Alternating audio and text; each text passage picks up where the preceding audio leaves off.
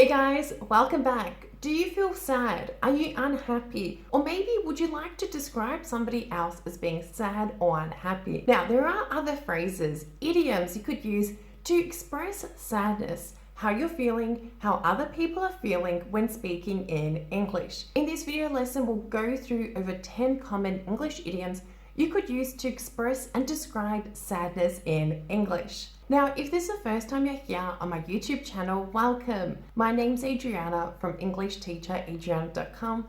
I help English learners improve their English, boost their confidence to finally speak English confidently. Make sure to subscribe to my YouTube channel, turn on notifications so that you know you get that bell when I post my next video lesson here to help you improve your English. Guys, in this lesson, we'll be going through many new idioms to help you remember and most importantly, use them when speaking in English. I suggest that you use and apply the shadowing technique. While you're watching this lesson, be active with your learning. Say these phrases, say these example sentences out loud to help you remember, but also use them in natural conversations. Go and find yourself a quiet corner and let's begin with the first idiom. Now, the first idiom is to be out of sorts.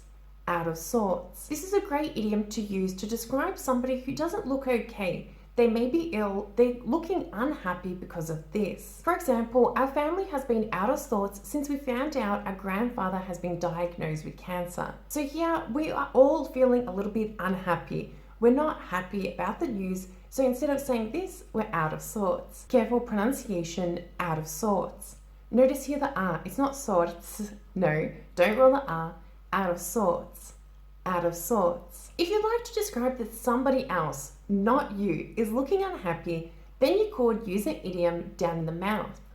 Down in the mouth. For example, my friend Bob came over last night and he seemed down in the mouth after taking the IELTS exam.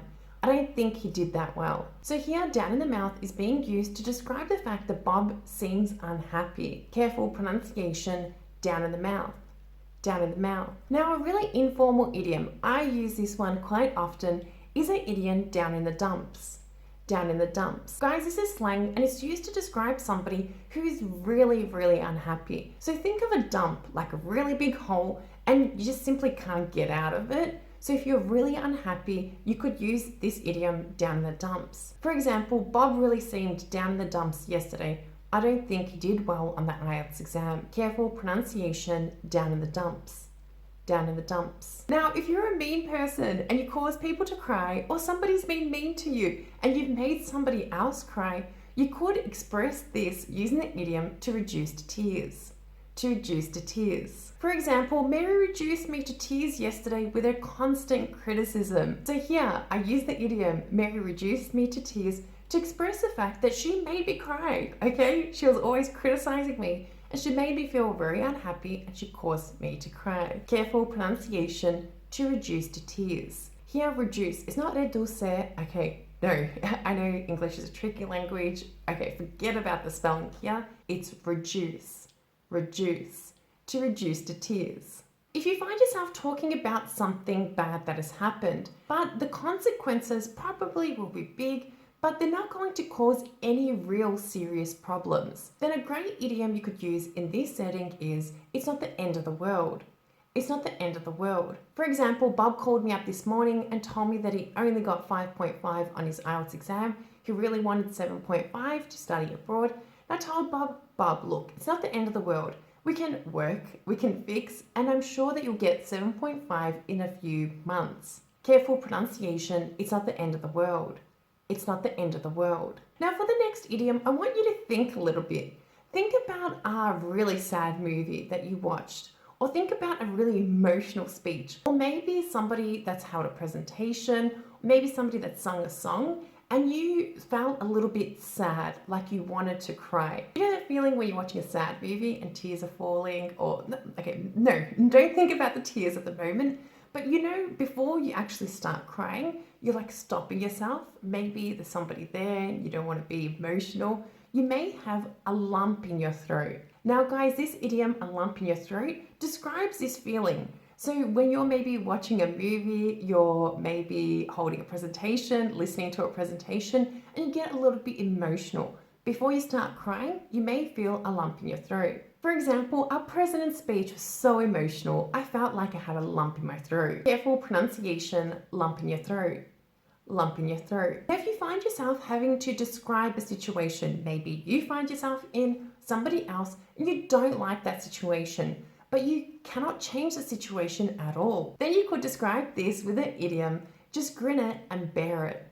Just grin it and bear it. Now, to grin basically means to smile. To bear it here, just like deal with it, deal with the problems. For example, Mary's been complaining so much about her boss, about her colleagues, but she's really struggling to find a new job. I told her, Mary, if you want to be happy with your life out of work, you just need to grin and bear it. Careful here, pronunciation, just grin and bear it.